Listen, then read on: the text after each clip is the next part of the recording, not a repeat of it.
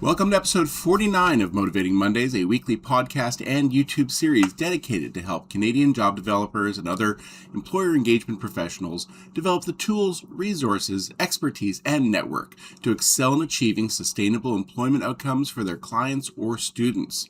My name is Christian St. Cyr, National Director of the Canadian Job Development Network, and today we're going to explore the challenges ex-offenders face in this labor market and what we can do to support them in securing employment.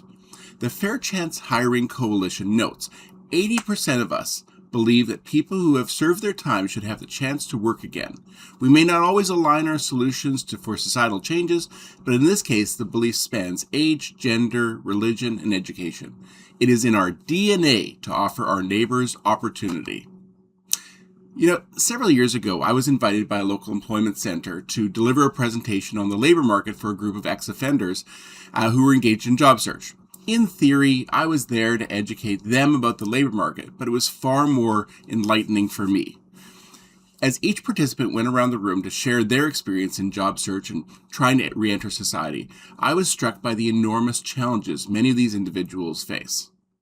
Whether it is explaining gaps in their work history, concern over whether a criminal record check will be required, bonding, or fear of being discovered, ex-offenders struggle with a burden that will follow them for the rest of their lives.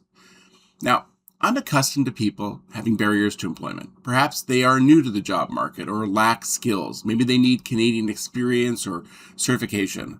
They may have difficulty accessing transportation, education, or childcare.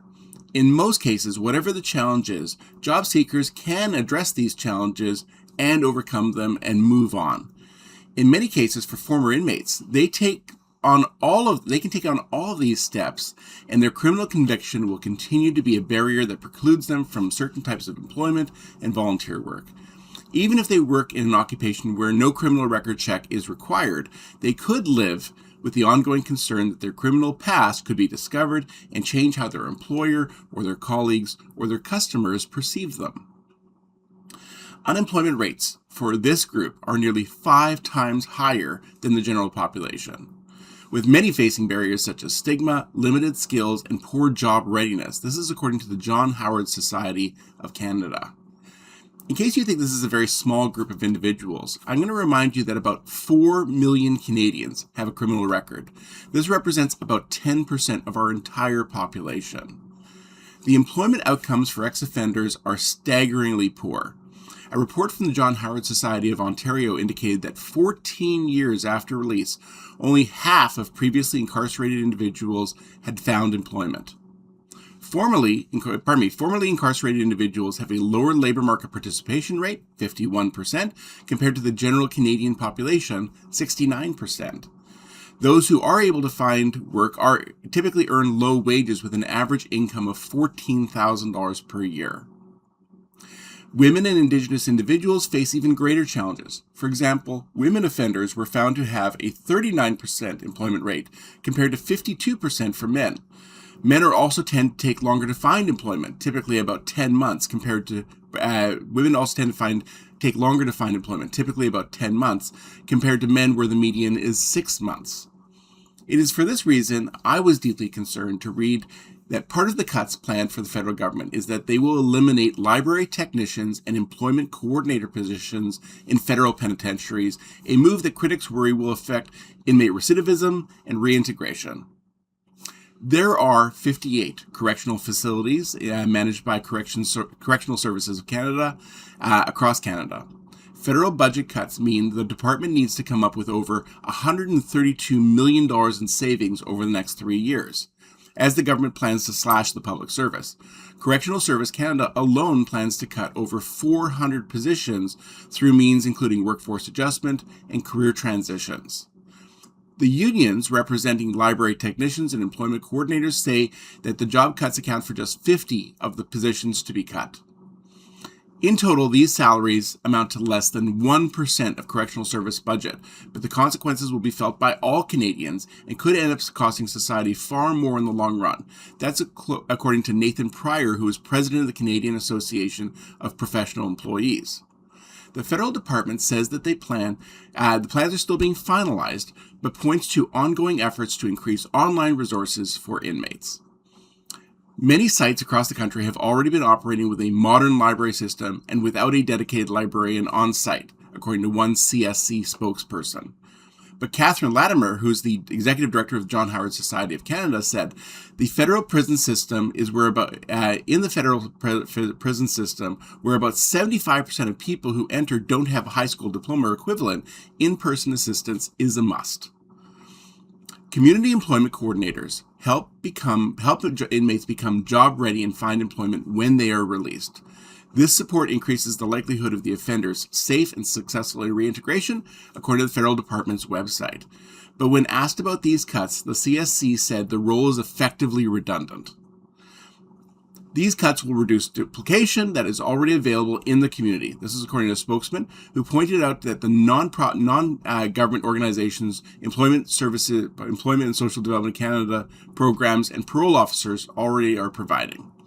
But the Union of Safety and Justice Employees, which represents the employment coordinators, said it's unrealistic to expect community agencies or external organizations to assume all of the work, like handling complex cases and building relationships with local employers.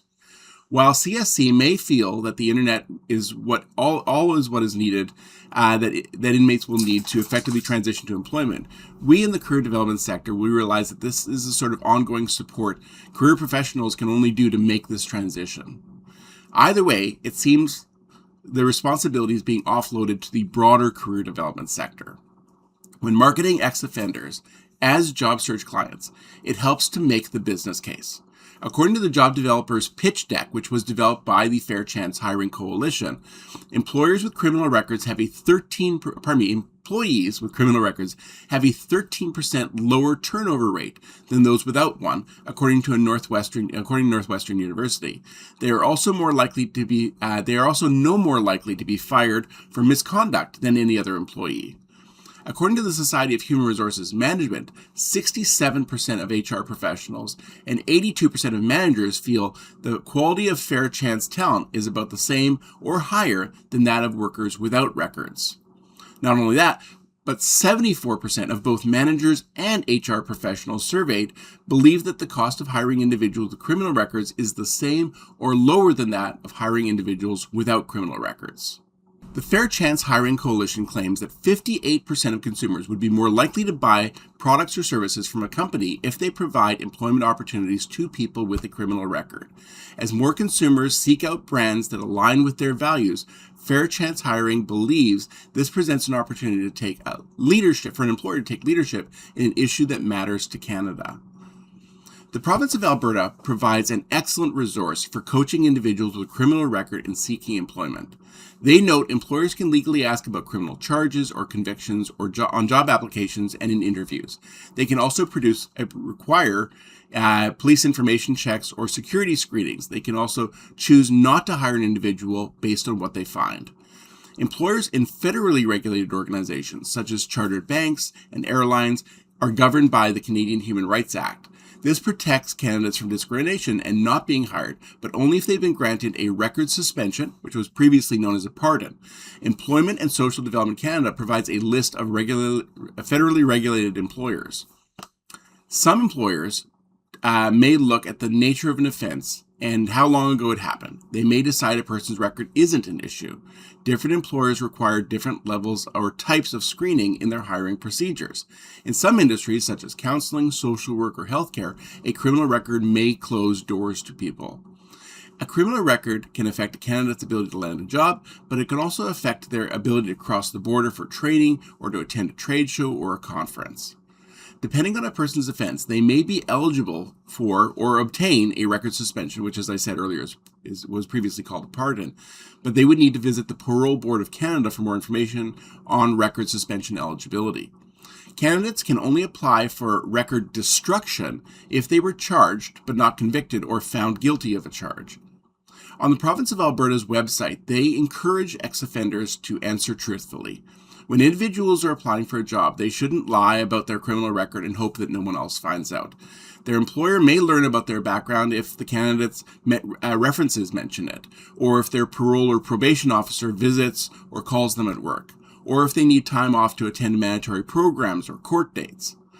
If a job candidate is not required to provide or consent to a criminal record check, they do not have to disclose or mention it.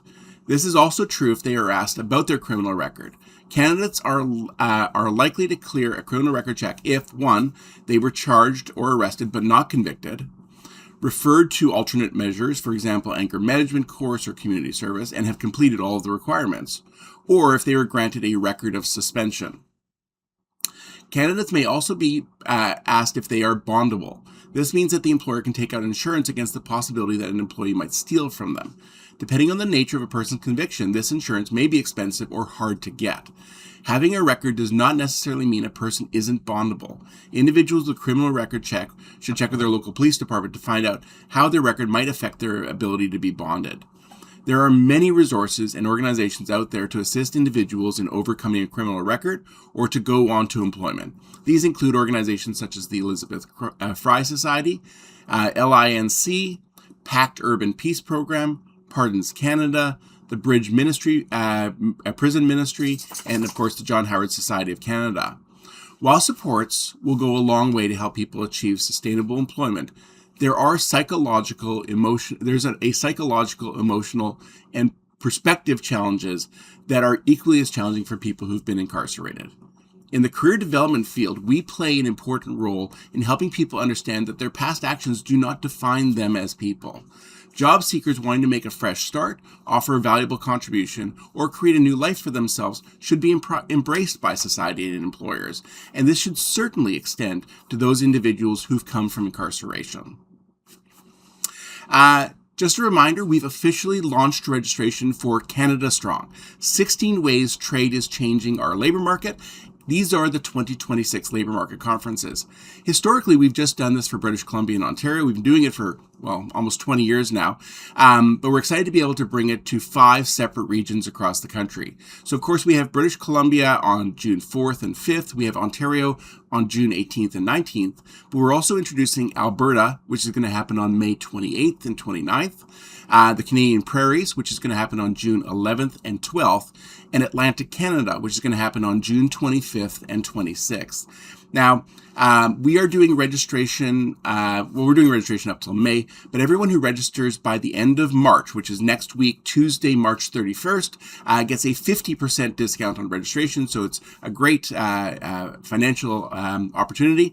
If you'd like more information, just go to our website, jobdevelopment.org, and there's a separate tab for each conference. If you have any questions, send me an email. My email address is cstcyr@labormarketsolutions.ca. Thank you so much for joining us. Please click the like or subscribe button in your platform.